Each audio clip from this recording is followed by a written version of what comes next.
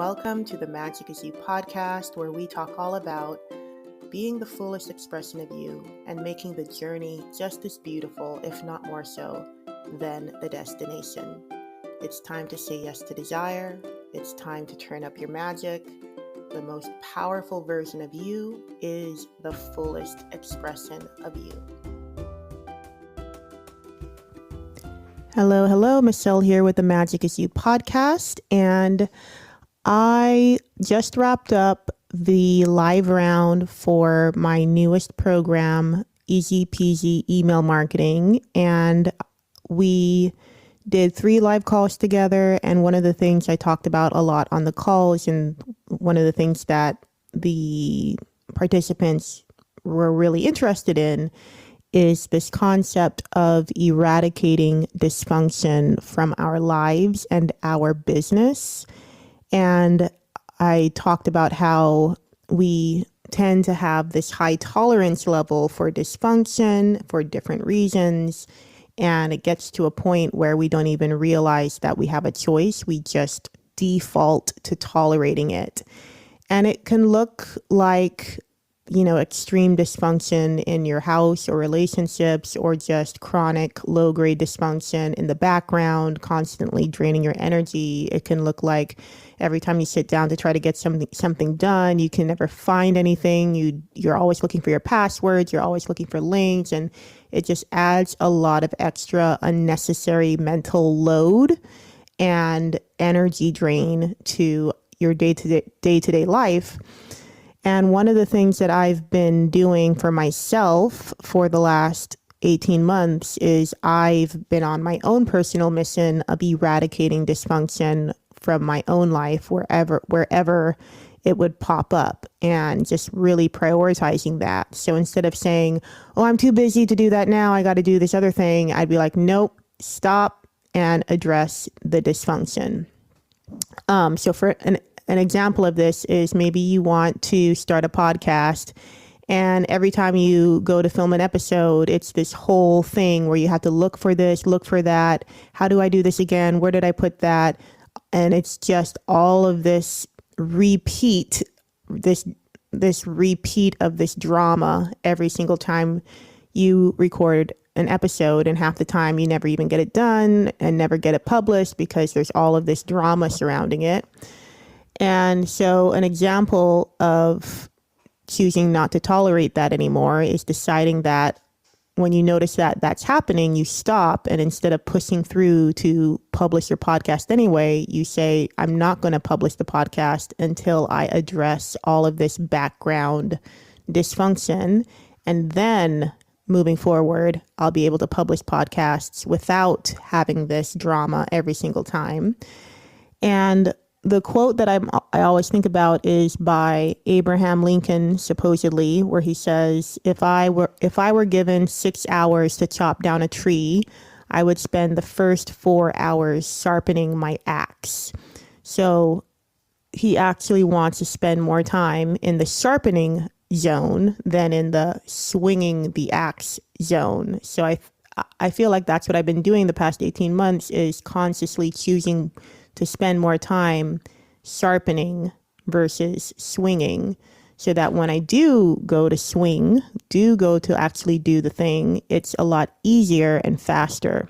But it does take some mental rewiring to decide that it is worth the time to slow down and sharpen the axe, versus just, oh, I got to get it done. I have things to do, and then you never address the stuff that makes the thing you want to do so much harder to do. So we have this thing in our head where we think that we don't have time to get organized. We don't have time to eradicate dysfunction. We don't have time to set ourselves up for success because we're so busy doing the thing. And the reality is that is exactly what is costing us time. That is exactly what is costing us energy, costing us money. And so I've just been obsessed with eradicating dysfunction from my life and my business. And so I talked about that with the participants in my program that I wrapped up, Easy Peasy Email Marketing. And actually, this is the part of the root of another program I've been developing called Sacred Systems, where I'm going to be taking women through this live experience of implementing systems in their life using Notion. And part of the whole foundation of that is this zero tolerance policy for dysfunction. And so I wanted to give you one of the tips that I shared on a call last night, and this can help you start to implement this way of life. It really is a way of life. And the tip was that you can literally sit down and decide to open up a page in your journal or open up a page in Notion or whatever project management tool that you use, and make an entire list of all the things that bother you, all of your pain points, all of your, this is rubbing me the wrong way, I hate that this drains my energy, I can't believe I'm still dealing with this, like all of your pain points. And one of the things I said on the call last night was, isn't it weird how in online business we're being trained to focus on our audience's pain points, quote unquote, and yet we've never done that for ourselves. It makes no sense. And in fact, I don't even care about my audience's pain points. I believe that if I just pay attention to my own and share the solutions that I create for myself, then that automatically takes care of my community, and that automatically leads to products and sales and income without me ever having to worry about my audience's pain points. I don't think any of us have to do that. I think we need to stay focused on our own pain points and just share the solutions that we've created for our own pain points. And to be in this place where we're just focusing on our audience's pain points, meanwhile we have all of our own unaddressed issues, it's a dumpster fire, because now you're trying to help other people with their problems, but you haven't even taken care of your own. And the more you neglect your own, the more you're desperate to, get people to buy your thing. And then the desperation pushes them away from you. And then it just becomes more and more dysfunctional.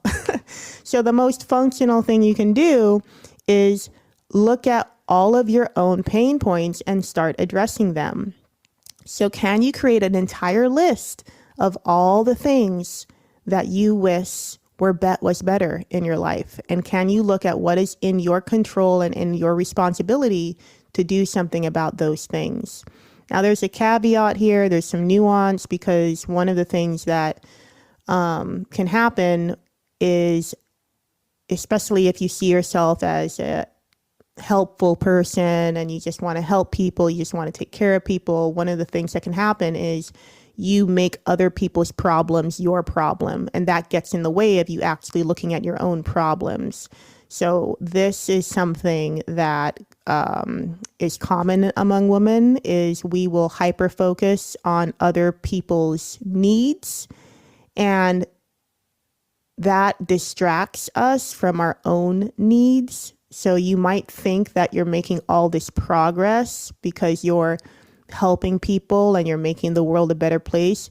Meanwhile, your health is suffering, your finances are suffering, your business is suffering, everything about your personal life is suffering. But you're looking around and distracting yourself with, oh, but I helped my husband with this, and I helped my friend with that, and I helped my sister with this, and I helped my brother with that. And yet your own life is not being nurtured. What's really happening there is you're enabling other people, perhaps, and then they never really get to stand on their own 2 feet. And so they're in this position with you where they always need your help. And that's not a good way to help people. We don't want people to need our help. And that's what can happen if you are helping people from a place of ignoring your own needs. It just ends up being a codependent situation where you need them to need you, and they need you because you help them, and it's just not a good place to be. So be careful that you are not putting pain points on your list that are really just problems that are not yours to solve. Like that was something I had to learn, was stop solving problems that I did not create. That was a pattern that I was in. Because that's what I was so used to having to have to do, is solve other problems that weren't even created by me. And I just was stuck in this pattern of feeling like I could not do what I wanted to do until I helped other people do what they wanted to do. And that really was something I had to unravel. So make sure that your list of pain points is actually your pain points. You're not putting stuff on there. It's like, well, I need to help my son with XYZ because, he needs my help. Meanwhile, what you really need to do is just feel the pain of the fact that you can't help people. Like, unless they're tiny children who are dependent upon you, that's a whole other thing. But if we're talking about grown adults with their own lives, you need to let them live their own life and just feel the pain of having to accept that you cannot help people. It's not how the world, you might feel like, well, if I can help them, then I should. But even if you can help them, that does not mean you should. Like, people need to live their own lives. They need to solve their own problems. They need to have their own dark night of the soul. And what could be happening there is something called high functioning codependency, which I had to work on for myself. And if you have that issue, I recommend the book Too Much by Terry Cole. And high functioning codependency basically boils down to you have this feeling of, I need you to be okay in order for me to be okay. If you're not okay, then I'm not okay. If you are in pain, then I am in pain. And that's high functioning codependency. And what that does, what's underneath that is this fear of feeling the pain of them being in pain. So some of your problems might just boil down to, what are you avoiding feeling? Because if you allow yourself to feel that, then you realize, okay, this is not my problem to solve. I'm just running away from an emotion. And once you feel the emotion, now the problem, you can start letting go responsibility for it. So I don't know if this is just all feeling kind of like, what is Michelle even talking about? But if there's something inside of you that feels like, I think I know what that means, then go check out Terry Cole, TerriCole.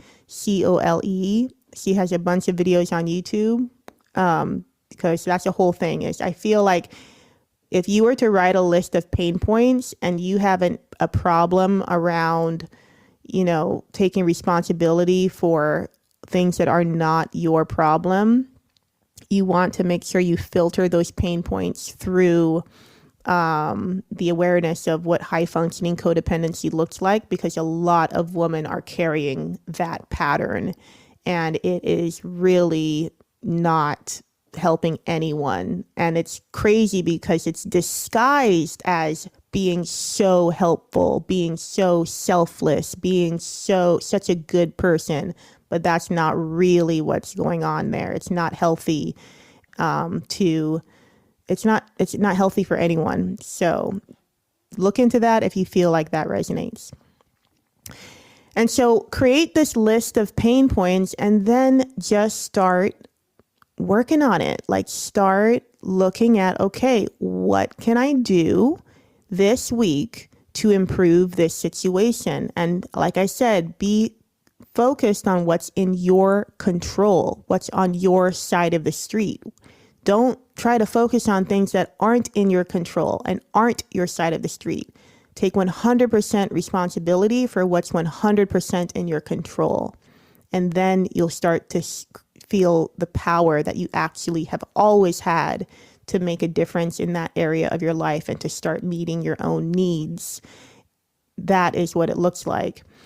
And if you start to do this, you will feel more powerful. You will be tapping into a power that you have always had. And I actually like to do this on a weekly basis where I will check in. I have a page in Notion titled My Pain Points, and I have a routine every week where I review my whole life every single week. I have this whole system I go through. It's my weekly review. And one of the things I touch on is that page of pain points. And I will just record here's the pain point. And then week 1, here's how I progressed in my addressing of these pain points. Week 2, here's my progress. Week 3, here's my progress. Week 4, here's my progress. And then lo and behold, these pain points just start to evaporate. They no longer are pain points because I've addressed them. I've created this awareness and this ritual and this practice around addressing them instead of having them rumble in the background, wasting my time and energy and me acting like I'm not powerful enough to do something about it. I think a lot of our misery comes from just acting like we don't have the power that we actually do have. And so one of the most empowering things you can do for yourself is this exercise of addressing your own pain points. And when I brought that up on the call last night, like, who here has ever made a list of their own pain points? You've spent years obsessing over what your audience's pain points are. Have you ever made a list for yourself of your own pain points? And everyone shook their head no. And that's just crazy, but I can relate because I was there. And now I can see how powerful it is when we just focus on ourselves, focus on our own problems, focus on our own needs, focus on our own pain points. You will change your life so freaking fast if you do that. All right, that's my tip. And if this all sounds good to you, then I know you're going to be super into the next program I'm putting out, which is called Sacred Systems. And the link to join the waitlist for that and to check out more information on that is going to be in the description of this podcast. So go ahead and join that because people who will get on the waitlist will get early bird pricing.